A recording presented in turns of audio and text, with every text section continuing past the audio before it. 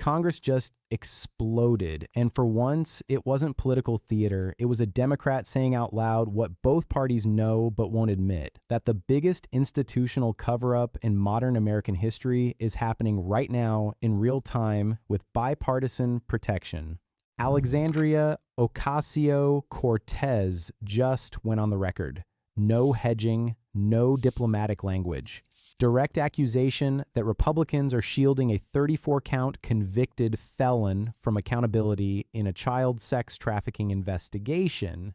And she didn't stop there. She called out the hypocrisy so blatant, it's impossible to ignore. Republicans were willing to throw the Clintons in prison for not showing up to testify. But they won't even allow subpoenas for other people whose names appear more frequently in the same files. We're going to break this down in 3 parts. First, what AOC actually said and why it matters that she said it this way. Second, the documented pattern of how Republicans have blocked every attempt to get answers.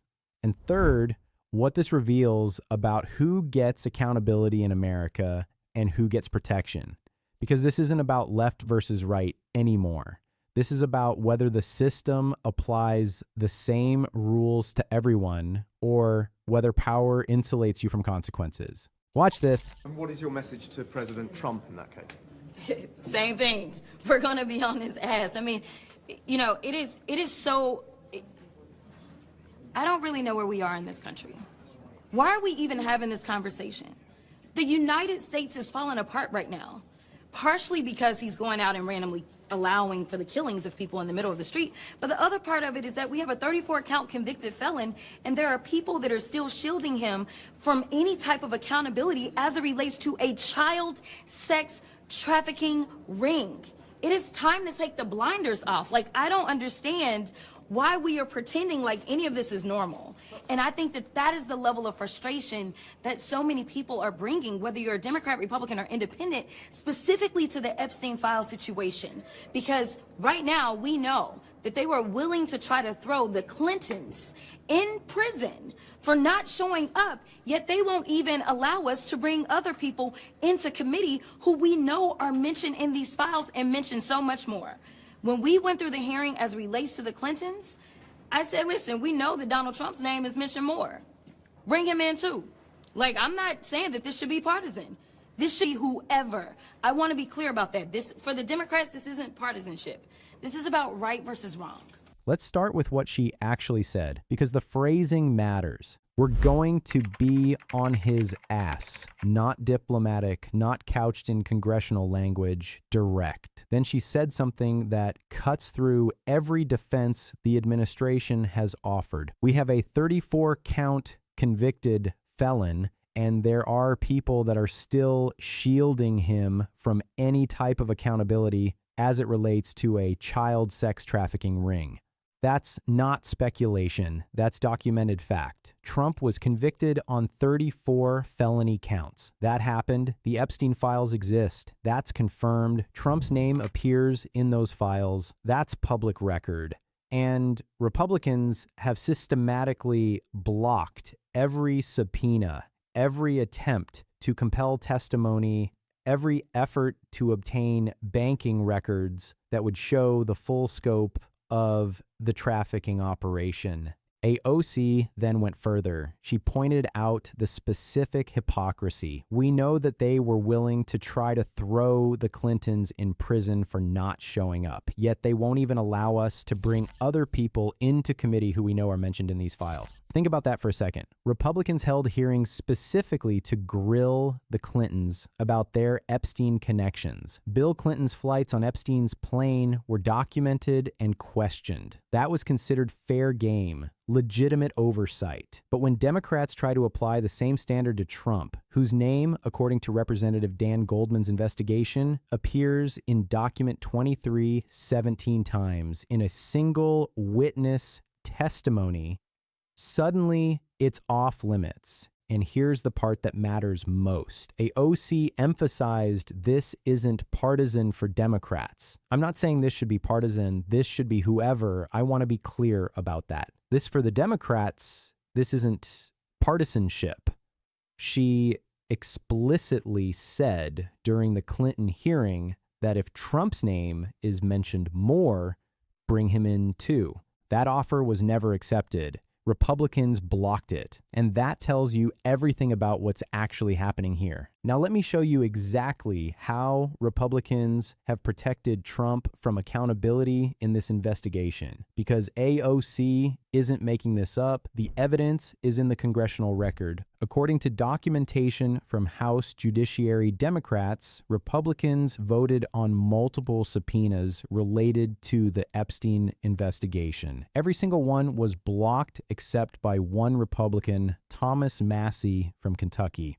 First subpoena to compel CEOs of JP Morgan Chase, Bank of America, Bank of New York Mellon, and Deutsche Bank to testify about $1.5 billion in suspicious transactions connected to Epstein's sex trafficking operation. Vote blocked. Every Republican except Massie voted against it. Second subpoena to compel Treasury Secretary Scott Bessent to produce all suspicious activity reports relating to those same $1.5 billion in flag transactions. Vote blocked by the same Republican majority. Third subpoena to compel Bureau of Prisons Director to testify about Ghislaine Maxwell's transfer to a minimum security facility in Texas. This transfer appeared to violate both Department of Justice and Bureau of Prisons policies for convicted sex offenders, according to multiple legal analysts. Vote also blocked. So when AOC says Republicans are shielding Trump from accountability, she's citing specific votes, specific actions, specific decisions to prevent evidence from coming to light. But wait, it gets worse. Representative Dan Goldman spent 4 months investigating what happened to documents that were supposed to be released. His team tracked every Epstein-related document scheduled for public release since January 2025. The result, 47 documents were approved for release. Only 11 were actually released. The other 36 were delayed indefinitely, reclassified at the last minute, or quietly removed from the schedule. Goldman focused on document 23 during FBI Director Kash Patel's testimony. It was approved for release September 5th, 2025, passed every legal review, cleared by the classification board, scheduled for disclosure September 19th. Never released. Why? The night before release, it was reclassified from approved for public release to requires additional review. And here's what makes this explosive. Document 23 mentions Trump's name 17 times. 17 times in a single witness testimony. Goldman asked Patel directly, did you personally order document 23 to be reclassified to prevent the American people from reading testimony that mentions Donald Trump 17 times? Patel's lawyer stood up and requested a recess. Goldman responded, sit down, counselor, your client can answer the question. Patel sat in silence. That exchange was documented by CNN, NBC, and multiple outlets. So when AOC says people are shielding Trump, this is what she's referring to: specific documents, specific dates, specific obstruction. Now let's talk about the hypocrisy AOC called out. Republicans held hearings specifically about the Clintons and Epstein. Bill Clinton's documented flights on Epstein's jet were investigated. Questions were asked. Testimony was demanded. When the Clintons didn't cooperate sufficiently, that became evidence of evasion. That was the standard Republicans established. If your name appears in connection with Epstein, you testify. But those same Republicans have now blocked every attempt to apply that standard to Trump. And it's not because Trump has fewer connections. Flight logs confirm Trump traveled on Epstein's jet multiple times between 1993 and 1996. An internal DOJ email from 2020 states flight records show Trump traveled many more times than previously reported. Witness testimony from Epstein's Palm Beach property mentions Trump by name multiple times. All of this is already public. Yet when Representative Ted Lieu asked Patel directly, does Donald Trump's name appear in the Jeffrey Epstein files, Patel refused to answer. Lieu's response, captured by CNN, America, that's a huge red flag. The FBI director could not answer whether Donald Trump was on Epstein's client list. So here's the contrast. Clinton's connected to Epstein. Republicans demand hearings, testimony, full transparency. Trump connected to Epstein. Republicans block subpoenas, prevent document releases, refuse to even allow the question. That's not oversight. That's selective protection. Now, let me explain why AOC's frustration represents something bigger. She said, the United States is falling apart right now. She's talking about the collapse of institutional legitimacy. When the rules apply differently depending on who you are, the system stops functioning. It becomes a protection racket for the powerful. And people notice. According to Time magazine, Republican voters are more critical of the administration's handling of the Epstein files than almost any other issue. This cuts across party lines. Why? Because the Epstein case isn't about abstract policy. It's about whether powerful people who exploit children face consequences.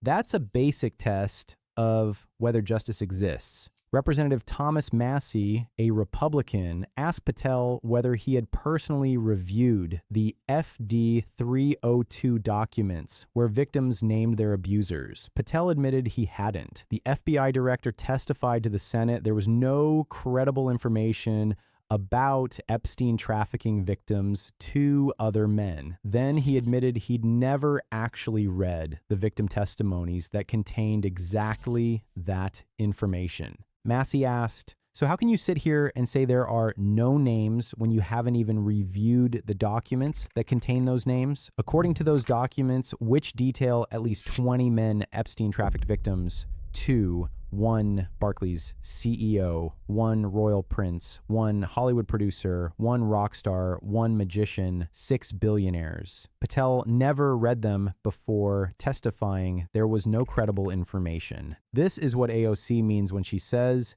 it is time to take the blinders off.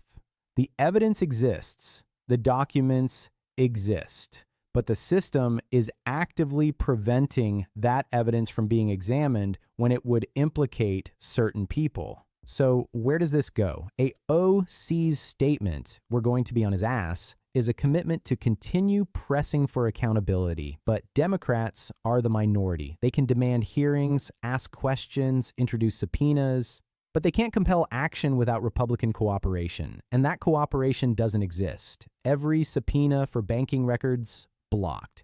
Every attempt to compel testimony, blocked.